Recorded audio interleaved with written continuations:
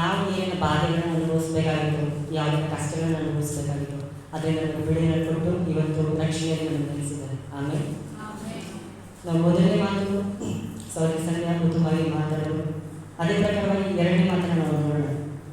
ತೆಗೆದುಕೊಳ್ಳಿ ಲೂಕ 23ನೇ ಅಧ್ಯಾಯ ಅದರ 43ನೇ ವಚನವನ್ನು ಆಗ್ಬೋದು.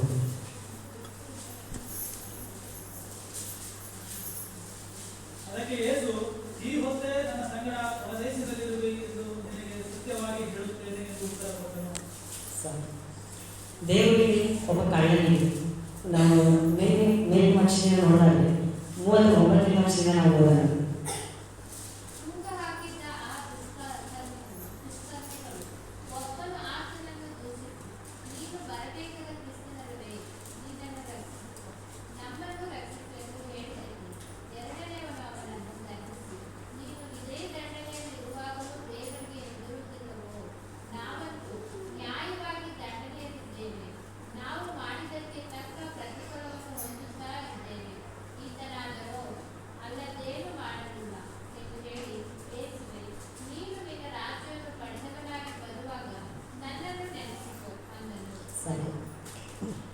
ಇಲ್ಲಿ ಯೇಸು ಸ್ವಾಮಿ ಅಕ್ಕಪಕ್ಕದಲ್ಲಿ ಇಬ್ಬರು ಕಳ್ಳರನ್ನ ನೇತಾಡಿದ್ದನ್ನು ನಾವು ನೋಡ್ತೀವಿ.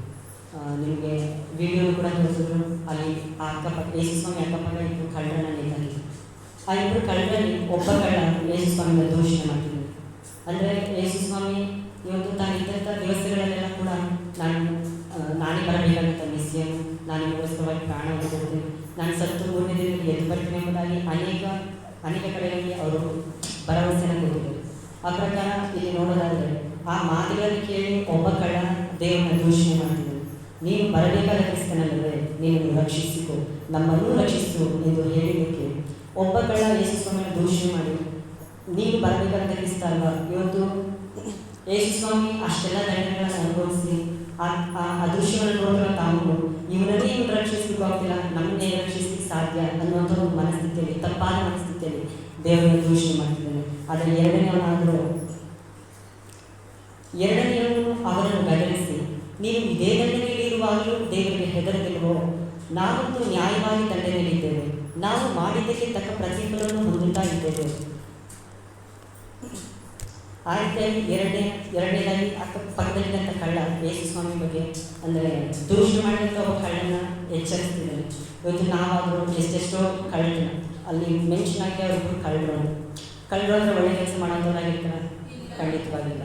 ಎಷ್ಟೆಷ್ಟೋ ಕಳ್ಳತನಗಳನ್ನು ಮಾಡಿರ್ತಾರೆ, ಸುಲಿಗಳನ್ನು ಮಾಡಿರ್ತಾರೆ, ಅನೇಕರಿಂದ ಬಯಸ್ಕೊಳ್ಳುವಂಥ ಒಂದು ಸ್ವಭಾವ, ಮತ್ತೊಬ್ಬರ ಮನೆಯಲ್ಲಿ ದೋಚುವಂಥ ಒಂದು ಸ್ವಭಾವ, ಈ ರೀತಿಯಾದ ಸ್ವಭಾವದಲ್ಲಿರುವಂಥ ಅವರು ಮತ್ತು ಒಬ್ಬ ಕಳ್ಳ ಇನ್ನೊಬ್ಬ ಕಳ್ಳನಿಗೆ ಎಚ್ಚರಿಸ್ತಿದ್ದಾನೆ, ನಾವಾದರೂ ಸರಿಯಾಗಿ ದಂಡದಲ್ಲಿದ್ದೀವಿ, ನಾವು ತಪ್ಪು ಮಾಡಿದ್ದೀವಿ, ಕಳ್ಳತನ ಮಾಡಿದ್ದೀವಿ, ಅದಕ್ಕೋಸ್ಕರವಾಗಿ ನಮಗೆ ಶಿಕ್ಷಣ ಕೊಡ್ತಿದ್ದಾರೆ. ಬಟ್ ಯೇಸು ಸ್ವಾಮಿ ಅವರು ಯಾವ ತಪ್ಪನ್ನು ಮಾಡಿಲ್ಲ, ಅದನ್ನು ಪರಿಶೀಲನೆಗಾಗಿ ವಾಕ್ಯದಲ್ಲಿ ನೋಡ್ತಾರೆ.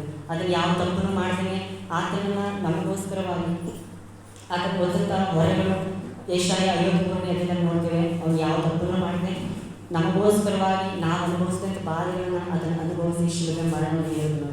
ಈ ಪ್ರಕಾರವಾಗಿ ಆ ಕಳ್ಳ ಮತ್ತೊಬ್ಬ ಕಳ್ಳನಿಗೆ ಎಚ್ಚರಿಸಿದ್ದೇನೆ, ನಾವಾದರೂ ಸರಿಯಾದ ದಂಡನೆ ನಮಗಿದ್ದೀವಿ, ನಾವು ತಪ್ಪುಗಳನ್ನ ಮಾಡಿದ್ವಿ, ಅದು ಯೇಸು ಸ್ವಾಮಿ ಯಾವ ತಪ್ಪನ್ನು ಮಾಡದೆ ಈ ಮರಣವನ್ನು ಅನುಭವಿಸಿದ್ದಾರೆ ಅಂತ.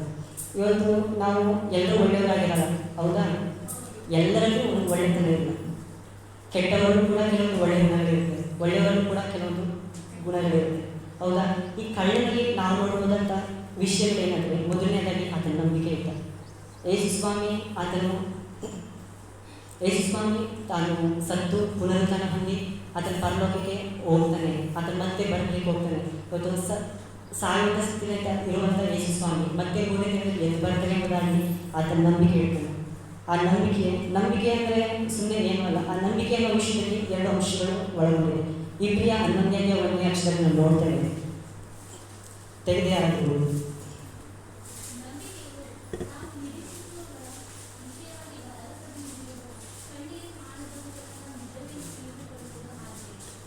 ಅಲ್ಲಿ ನಾವು 2 ಅಂಶಗಳನ್ನು ನೋಡ್ಬೋದು, ಒಂದು ನಿರೀಕ್ಷೆ ಮತ್ತೊಂದು ಭರವಸೆ. ಯೇಸು ಸ್ವಾಮಿ ವಿಷಯದಲ್ಲಿ ಆ ಕಳ್ಳ ಯೇಸು ಸ್ವಾಮಿನ ಅಂಗೀಕರಿಸಿದಂಥ, ಯೇಸು ಸ್ವಾಮಿ ಮೇಲೆ ನಂಬಿಕೆ ಇಟ್ಟಂಥ ಅವ ಕಳ್ಳ ಆತನ ಯೇಸು ಸ್ವಾಮಿ ಮೇಲೆ ನಿರೀಕ್ಷೆ ಇಟ್ಟಿದ್ದಾನೆ. ಅಂದರೆ ನಿರೀಕ್ಷೆ ಅಂತಂದರೆ ನಾವು ಕಾಣದೇ ಇರೋದು. ಇವತ್ತು ನಾವು ಯಾವುದೋ ಒಂದು ಕೆಲಸಕ್ಕೆ ಹೋಗಬೇಕಾಗಿರುತ್ತೆ, ಅಥವಾ ನಾವು ಯಾವುದೋ ಒಂದು ಕೆಲಸವನ್ನು ತೆಗೆದುಕೊಳ್ಬೇಕಾಗಿರುತ್ತೆ. ನಾಳೆ ಯಾವುದೋ ಒಂದು ಕಂಪ್ನಿಗೆ ಬಂದು ಇಂಟರ್ವ್ಯೂಗೆ ಹೋಗ್ತಿರ್ತೀವಿ. ಬಟ್ ನಾವು ಅಲ್ಲಿ ಕೆಲಸ ತೆಗೆದುಕೊಳ್ಳಿವೋ ಇಲ್ವೋ ಅನ್ನೋದು ನಮ್ಗೆ ಗೊತ್ತಿರಲ್ಲ. ಬಟ್ ಒಂದು ನಿರೀಕ್ಷೆ ಇರುತ್ತಲ್ವ ನಮಗೆ, ಮೇ ಬಿ ನಾವು ಅಲ್ಲಿ ಕೆಲಸವನ್ನು ತೆಗೆದುಕೋಬೋದು ಅನ್ನುವಂಥ ಒಂದು ನಿರೀಕ್ಷೆ ಇರುತ್ತಲ್ಲ. ಇದೇ ನಿರೀಕ್ಷೆ ಆತನಿಗಿತ್ತು. ಯೇಸು ಸ್ವಾಮಿ ಮತ್ತೆ ನಮಗೋಸ್ಕರವಾಗಿ ಎದ್ದು ಬರ್ತಾರೆ ಅನ್ನುವಂಥ ನಿರೀಕ್ಷೆ ಮತ್ತು ಆ ಭರವಸೆ ಆತನಲ್ಲಿ ಇತ್ತು. ಆತನ ನಂಬಿಕೆಯ ವಿಷಯದಲ್ಲಿ ನಾವು ಅದನ್ನು ನೋಡ್ಬೋದು. ಎರಡನೇದಾಗಿ ಆತನ ಪಶ್ಚಾತ್ತಾಪ ಬರ್ತಾನೆ. ತೆಗೆದುಕೊಳ್ಳಿ ಅಪೊಸ್ತಲರ ಕೃತ್ಯ 3ನೇ ಅಧ್ಯಾಯ ಅದರ 19ನೇ ವಚನವನ್ನು ಯಾರಾದರೂ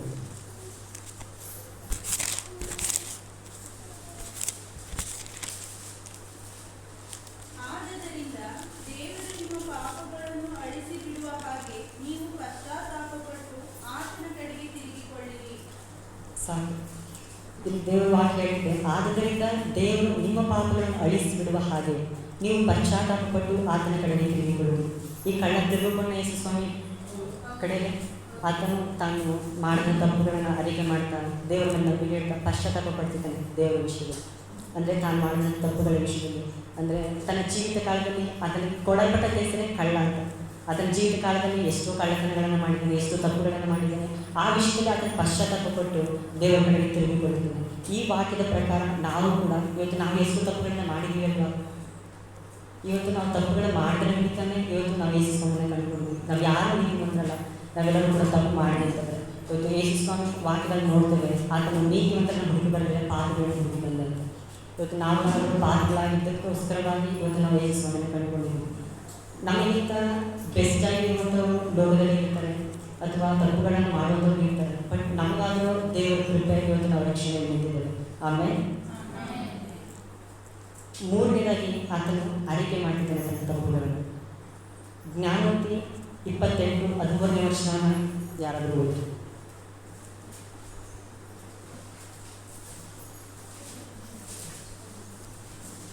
ದೋಷಗಳನ್ನು ಮುಚ್ಚಿಕೊಳ್ಳುವವನಿಗೆ ಶುಭವಾಗುವುದು, ಅವುಗಳನ್ನು ಒಪ್ಪಿಕೊಂಡು ಬಿಟ್ಟು ಬಿಡುವವನಿಗೆ ಕರುಣೆ ದೊರೆಯುವುದು.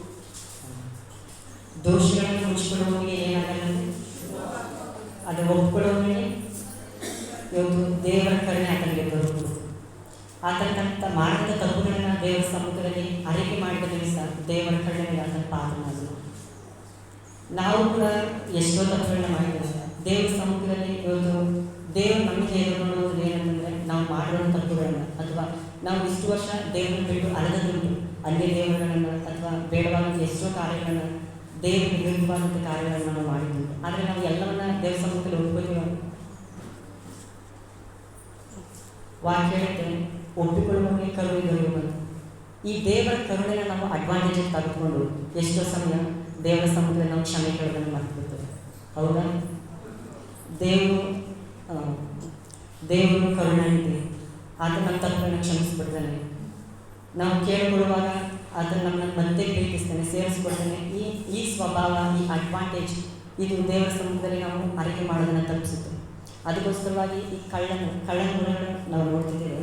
ಅದನ್ನು ದೇವರ ಸಮ್ಮುಖದಲ್ಲಿ ತನ್ನ ತಪ್ಪುಗಳನ್ನು ಅರಿಕೆ ಮಾಡ್ತಿದ್ದೇವೆ.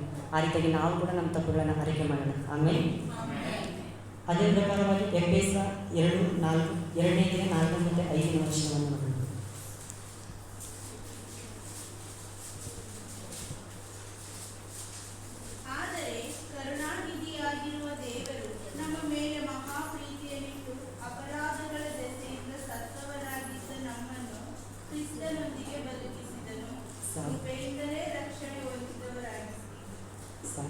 ಇಲ್ಲಿ ದೇವರ ವಾಕ್ಯ ಹೇಳಿದೆ, ದೇವರ ವಿಷಯದಲ್ಲಿ ಅದನ್ನು ಕರುಣಾನಿಧಿ ಅಂತ. ಇವತ್ತು ನಾವು ಎಷ್ಟೋ ಸಮಯ ನಾವು ಹೊರಗಡೆ ಹೋಗ್ತಿರ್ತೀವಿ, ಎಲ್ಲೋ ಯಾರಾದರೂ ಒಬ್ಬರನ್ನ ಬಿದ್ದಿದ್ರೆ ಅಥವಾ ದಾರಿ ಯಾರೊಬ್ಬರು ಆಕ್ಸಿಡೆಂಟ್ ಆಗಿ ಬಿದ್ದಿರುತ್ತೋ ಅಥವಾ ಏನಾದರೂ ವ್ಯತ್ಯಾಸಗಳಾಗಿ ಬಿದ್ದಿರ್ತಾರೆ ಅನ್ಕೊಂಡು ಅವ್ರನ್ನ ನಾವು ಕರುಣಿಸ್ತೀವ.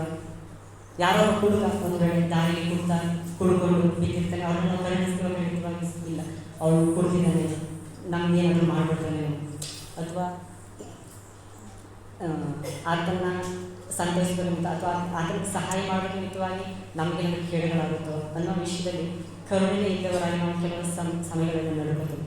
ಆದರೆ ಈತನ ವಿಷಯದಲ್ಲಿ ದೇವರ ವಿಷಯದಲ್ಲಿ ವಾಕ್ಯ ಹೇಳ್ತಿದೆ ಅದನ್ನು ಕರುಣಾನಿಧಿ ಅಂತ.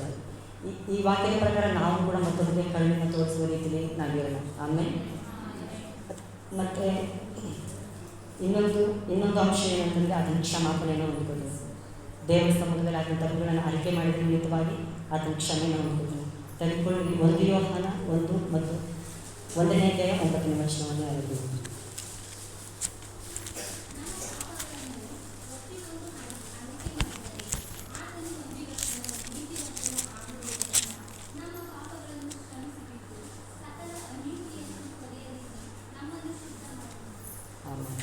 ದೇವರ ವಾಕ್ಯದಲ್ಲಿ ಹೇಳ್ತಿದ್ರೆ, ನಮ್ಮ ಪಾಪಗಳನ್ನು ಒಪ್ಪಿಕೊಂಡು ಅರಿಕೆ ಮಾಡಿದರೆ ಆತನು ನಂಬಿಗಸ್ತನು ನೀತಿವಂತನು ಆಗಿರುವುದರಿಂದ ನಮ್ಮ ಪಾಪಗಳನ್ನು ಕ್ಷಮಿಸಿಬಿಟ್ಟು ಸಕಲ ಅನೀತಿಯನ್ನು ಪರಿಹರಿಸಿ ನಮ್ಮ ಶುದ್ಧಿ ಮಾಡುವುದಿಲ್ಲ.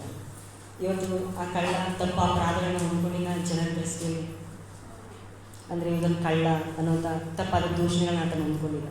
ಬಟ್ ಆದರೆ ಅವನು ಪಶ್ಚಾತ್ತಾಪಪಟ್ಟು ದೇವರ ಮೇಲೆ ನಂಬಿಕೆ ಇಟ್ಟು ತನ್ನ ತಪ್ಪುಗಳನ್ನು ಅರಿಕೆ ಮಾಡ್ತಾ ಆತನ ದೇವರ ಕಡೆ ತಿರುಗಿಕೊಳ್ಳುವಾಗ ದೇವರಿಂದ ಆತನಿಗೊಂದು ಕ್ಷಮಾಪಣೆ ಉಂಟಾಗಿದೆ. ಅದುವೇ ಇದು ವಾಕ್ಯ ಹೇಳೋದು, ನಮ್ಮ ಪಾಪಗಳನ್ನು ಒಪ್ಪಿಕೊಂಡು ಅರಿಕೆ ಮಾಡಿದರೆ, ಅಂದರೆ ನಾವು ಮಾಡಿರೋ ತಪ್ಪುಗಳನ್ನು ದೇವರ ಸಮ್ಮುಖದಲ್ಲಿ ನಾವು ಅರಿಕೆ ಮಾಡಬೇಕಾಗಿದೆ. ಅರಿಕೆ ಮಾಡುವಾಗ ದೇವರು ನಂಬಿಗಸ್ತನು ನೀತಿವಂತನು ಆಗಿರುವುದರಿಂದ ನಮ್ಮ ಪಾಪಗಳನ್ನು ಕ್ಷಮಿಸಿಬಿಟ್ಟು ಸಕಲ ಅನೀತಿಯನ್ನು ಪರಿಹರಿಸಿ ನಮ್ಮನ್ನು ಶುದ್ಧಿ ಮಾಡುವಂಥ ವಾಕ್ಯ ಹೇಳ್ತೀವಿ. ಇವತ್ತು ನಾವು ಕಲಿಯಬೇಕಾದಂಥ ವಿಷಯಗಳು ಇಷ್ಟೇ. ನಾವು ನಮ್ಮ ತಪ್ಪುಗಳನ್ನು ಅರಿಕೆ ಮಾಡಬಹುದು. ಆ ಕಳ್ಳ ಹೇಗೆ ದೇವರ ವಿಷಯದಲ್ಲಿ ನಂಬಿಕೆ ಇಟ್ಟು ಎರಡನೇದಾಗಿ ಪಶ್ಚಾತ್ತಾಪಪಟ್ಟು ತಾನು ಮಾಡಿದ ತಪ್ಪುಗಳನ್ನು ಅರಿಕೆ ಮಾಡ್ತಾ ಕ್ಷಮಾಪಣೆಯನ್ನು ಹೊಂದ್ಕೊಂಡು ಆ ರೀತಿಯಾಗಿ ನಾವು ಕೂಡ ಕ್ಷಮಾಪಣೆಯನ್ನು ಹೊಂದ್ಕೋಬೇಕಾಗಿದೆ. ಕಡೆಯದಾಗಿ ಅದನ್ನು ರಕ್ಷಣೆ ಹೊಂದ್ಕೋಬೇಕು. ಹೌದಾ? ದೇವರು ಅದಕ್ಕೆ ಹೇಳೋದು ಲೂಕ 23:43 ವಚನದಲ್ಲಿ, ಈ ಹೊತ್ತಿನ ನನ್ನ ಸಂಗಡ ಪರದೈಸಿನಲ್ಲಿ ಹೋಗಿತ್ತು. ಇವತ್ತು ನಾವು ರಕ್ಷಣೆ ಹೊಂದಿದ್ದೀವಿ. ನಮ್ಮೆಲ್ಲರ ನಿರೀಕ್ಷೆ ಏನಂತಂದರೆ ನಾವು ಪರಲೋಕಕ್ಕೆ ಹೋಗ್ತೀವಿ ಅನ್ನೋದೇ ತಾನೆ. ನಾವೆಲ್ಲರೂ ಯೇಸುವನ್ನು ನಂಬಿರುವಂಥ ಉದ್ದೇಶ ಆಗಿದೆ. ಈ ಲೋಕದಲ್ಲಿ ಪ್ರತಿ ಮನುಷ್ಯನು ಹೋಗ್ತಾನೆ, ಪ್ರತಿ ಮನುಷ್ಯನು ಸಾಯ್ತಾನೆ. ಆದರೆ ನಮಗೋಸ್ಕರವಾಗಿ ತನ್ನ ಪ್ರಾಣವನ್ನು ಕೊಟ್ಟು ನಮ್ಮ ಆತ್ಮಗಳನ್ನು ರಕ್ಷಿಸೋದಕ್ಕೋಸ್ಕರವಾಗಿ ನಮಗೋಸ್ಕರವಾಗಿ ಶಿಲುಬೆಗೆ ಬಲಿಯಾದಂಥ ದೇವರ ನಿರೀಕ್ಷೆ, ದೇವರ ಆಸೆ ಮತ್ತು ನಮ್ಮ ನಿರೀಕ್ಷೆ ಎರಡೂ ಒಂದು. ನಾವು ಪರಲೋಕಕ್ಕೆ ಹೋಗಬೇಕು ಅಂದರೆ ಆ ಅಂಶನೂ ಕೂಡ ನಾವು ನೋಡ್ಬೋದು. ಅಲ್ಲಿ ಆತನ ರಕ್ಷಣೆಯನ್ನು ಹೊಂದ್ಕೊಂಡು ಆತನ ಪರಲೋಕಕ್ಕೆ ಹೋಗ್ತಾನೆ. ಅದಕ್ಕೆ ದೇವರು ಆತನಿಗೆ ಹೇಳ್ತಾರೆ, ಈ ಹೊತ್ತಿನ ಸಂಗಡನ್ನು ಪರದೈಸಿನಲ್ಲಿ ಇರುತ್ತೆ. ಈ ರಕ್ಷಣೆ ಅಂದರೆ ಏನು? ಇವತ್ತು ನಮ್ಮ ದೇಹಗಳನ್ನು ಕೂಡ ನಾವು ರಕ್ಷಣೆ ಮಾಡಬೇಕು. ಇವತ್ತು ಕಾಲಿಗೆ ನಾವು ಸ್ಲಿಪ್ಪರ್ ಆಗ್ತೀವಿ, ಅದು ಒಂದು ರಕ್ಷಣೆ. ಅದೇ ಪ್ರಕಾರವಾಗಿ ದೇವರು ಕೂಡ ನಮ್ಮ ಆತ್ಮಗಳನ್ನು ಕಾಯುವಂಥನಾಗಿದ್ದಾನೆ. ನಮ್ಮ ಆತ್ಮಗಳನ್ನು ನಾವು ರಕ್ಷಿಸುವಂಥನಾಗಿದ್ದಾನೆ. ಆ ರಕ್ಷಣೆ ನಮಗೆ ಬೇಕು. ಈ ದೇಹ ಮಣ್ಣಿನಿಂದಾದ ದೇಹ, ಅದು ತಿರುಗಿ ಮಣ್ಣಿಗೆ ಹೋಗುತ್ತೆ. ಆದೇ ದೇವರು ಆದಮ ಮತ್ತು ಹವ್ವಳನ್ನು ಉಂಟು ಮಾಡುವಾಗ ಅವರು ಪಾಪ ಮಾಡ್ತಾರೆ. ಪಾಪ ಮಾಡಿ ನಿಮ್ಗೆ ಗೊತ್ತಿರುವಂಥ ವಿಷಯಗಳು, ಅವ್ರು ಪಾಪ ಮಾಡಿ ದೇವರ ಬರುವಂಥ ಸಪ್ಪಳವನ್ನು ಕೇಳಿ, ಆತನ ಹೆಜ್ಜೆ ಸಪ್ಪಳವನ್ನು ಕೇಳಿ, ದೇವರು ಯಾವ ಹಣ್ಣನ್ನು ತಿನ್ನಬಾರ್ದು ಅಂತ ಹೇಳಿರ್ತಾರೋ ಆ ಹಣ್ಣನ್ನು ತಿಂದು ಅವರು ಪಾಪ ಮಾಡ್ತಾರೆ. ಆ ವಿಷಯದಲ್ಲಿ ಅವ್ರಿಗೆ ಒಂದು ಜ್ಞಾನೋದಯ ಆಗುತ್ತೆ.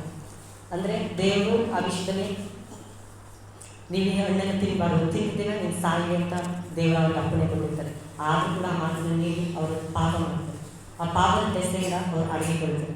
ಆದರೆ ದೇವರು ಅವ್ರನ್ನ ಏನೂ ಮಾಡಲಿಲ್ಲ, ಬದಲಾಗಿ ಅವರು ಬೆತ್ತಲೆ ಆಗಿದ್ರು ಅಂತ ನಾವು ವಾಕ್ಯದಲ್ಲಿ ನೋಡ್ಬೋದು. ಆ ಬೆತ್ತಲೆತನವನ್ನು ಮುಚ್ಚಲಿಕ್ಕೆ ದೇವರು ಅವರಿಗೆ ಚರ್ಮದ ಅಂಗಿನ ಒದಗಿಸ್ತಾನೆ. ಹೌದಲ್ವಾ? ಇವತ್ತು ಅದೇ ಪ್ರಕಾರವಾಗಿ ರಕ್ಷಣೆ ಅನ್ನೋದು ನಮ್ಮ ದೇಹಕ್ಕಷ್ಟು ಮಾತ್ರ ಸೀಮಿತವಿಲ್ಲ, ನಮ್ಮ ಆತ್ಮಕ್ಕೂ ಕೂಡ ಅದು ಸೀಮಿತವಾಗಿದೆ. ಹೇಗೆ ದೇವರು ಅಲ್ಲಿ ಅವರಿಗೆ ರಕ್ಷಣೆ ಅಂದರೆ ಈ ಮಣ್ಣಿಗೆ ಸೇರುವಂಥ ದೇಹಕ್ಕೆ ದೇವರು ಆ ರಕ್ಷಣೆಯನ್ನು ಕೊಟ್ಟರು, ಹಾಗೆ ಕೂಡ ನಮ್ಮ ಅಮೂಲ್ಯವಾದಂಥ ಆತ್ಮಗಳಿಗೆ ಕೂಡ ಅದನ್ನು ರಕ್ಷಣೆಯನ್ನು ಕೊಡುವಂಥದ್ದಾಗಿದೆ. ನಾವು ಅದನ್ನು ನಿರೀಕ್ಷಿಸೋಣ ಮತ್ತು ದೇವರ ವಿಷಯದಲ್ಲಿ ಅದನ್ನು ನಾವು ನಂಬೋಣ. ಈ ಕಳ್ಳನನ್ನು ಬಂದು ಯೇಸು ಸ್ವಾಮಿ ಅದನ್ನು ನಮಗೋಸ್ಕರವಾಗಿ ಬರಲಿಕ್ಕಿದ್ದಾನೆ, ಅದು ನಮಗೋಸ್ಕರವಾಗಿ ಪಾಪಗಳನ್ನು ಹೊಂದ್ಕೊಂಡಿದ್ದಾನೆ. ತಿರುಗಿ ಅದನ್ನು ಕ್ರಿಸ್ತನ ಬರೋಣ ಹತ್ತಿರವಾಗ್ತದೆಂದಾಗಿ ಕೂಡ ನಾವು ನೋಡ್ತೀವಿ. ಅದಕ್ಕೆ ಸಾಕ್ಷಿಯಾಗಿ ಅನೇಕ ಗುರುತುಗಳನ್ನು ಕೂಡ ಲೋಕದಲ್ಲಿ ನಾವು ನೋಡ್ತೀವಿ. ಹಾಗೆ ಇರುವಾಗ ಇವತ್ತು ಹೊಸದಾಗಿ ಯಾರಾದರೂ ಬಂದಿರೋದಂದರೆ ಯೇಸು ಸ್ವಾಮಿ ಮಾತ್ರ ನಿಮ್ಮನ್ನು ರಕ್ಷಿಸಲಿಕ್ಕೆ ಸಾಧ್ಯ. ಇವತ್ತು ಲೋಕದಲ್ಲಿ ಎಷ್ಟೋ ದೇವರುಗಳು ಅಂತ ಹೇಳ್ಬೋದು, ಆದರೆ ವಾಕ್ಯ ಹೇಳುತ್ತೆ, ಯೆಹೋವನು ಮನುಷ್ಯರಕ್ಕೆ ಹೊರಗಿನ ತೋರಿಕೆಯನ್ನು ನೋಡದೆ ಹೃದಯವನ್ನೇ ನೋಡುವವನಾಗಿದ್ದಾನಂತೆ. ಇವತ್ತು ಎಷ್ಟೋ ಕಷ್ಟದಲ್ಲಿ ಕಣ್ಣೀರಿನಲ್ಲಿ ನಾವು ಹಾದು ಹೋಗುವಂಥ ಪರಿಸ್ಥಿತಿಯಲ್ಲಿ ಯಾರು ಕೂಡ ನಮ್ಮನ್ನು ಗಮನಿಸಲ್ಲ, ಅಥವಾ ಅನ್ಯ ದೇವರುಗಳಿಂದಾಗಿ ನಾವು ಅವರಿಗೆ ಹೊರಡುವಾಗ ಯಾರು ಕೂಡ ನಮಗೆ ಸದ್ದುಗಳನ್ನು ದಯಪಾಲಿಸಲ್ಲ. ಆದರೆ ಯೇಸು ಸ್ವಾಮಿ ಅದರ ವಾಕ್ಯ ಹೇಳುವ ಪ್ರಕಾರ ಆತ ನಮ್ಮ ಹೃದಯವನ್ನು ನೋಡಿ ನಮ್ಮ ಹೃದಯಕ್ಕೆ ತಕ್ಕ ಸ್ಪಂದನೆಯನ್ನು ಕೊಡುವಂಥ ದೇವರಾಗಿದ್ದಾನೆ. ನಾವು ಪ್ರಾರ್ಥಿಸುವಂಥದ್ದಕ್ಕೆ ತಕ್ಕ ರೀತಿಯಲ್ಲಿ ಉತ್ತರವನ್ನು ಕೊಡುವಂಥ ದೇವರಾಗಿದ್ದಾನೆ. ಅದಕ್ಕೋಸ್ಕರವಾಗಿ ಹೊಸದಾಗಿ ಯಾರಾದರೂ ನೀವು ಬಂದಿರೋದಾದರೆ ನೀವು ಯೇಸು ಸ್ವಾಮಿ ನಂಬಿರಿ. ಯೇಸು ಸ್ವಾಮಿ ಮಾತ್ರವೇ ನಮ್ಮ ಆತ್ಮಗಳನ್ನು ಕಾಯುವ ದೇವರು. ನಾವು ಸತ್ತ ಮೇಲೂ ಕೂಡ ನಮಗೊಂದು ನಿತ್ಯ ಜೀವ ಇದೆ. ಆ ನಿತ್ಯ ಜೀವನ ಯೇಸು ಸ್ವಾಮಿ ಮಾತ್ರವೇ ಕೊಡಲಿಕ್ಕೆ ಹೋಗೋದು. ಅದಕ್ಕೋಸ್ಕರವೇ ನಾವು ಯೇಸು ಸ್ವಾಮಿ ನಂಬೋಣ. ಆಮೇಲೆ ದೇವರು ಈ ವಾಕ್ಯದ ಮುಖಾಂತರವಾಗಿ ನನ್ನ ಆಶೀರ್ವಾದ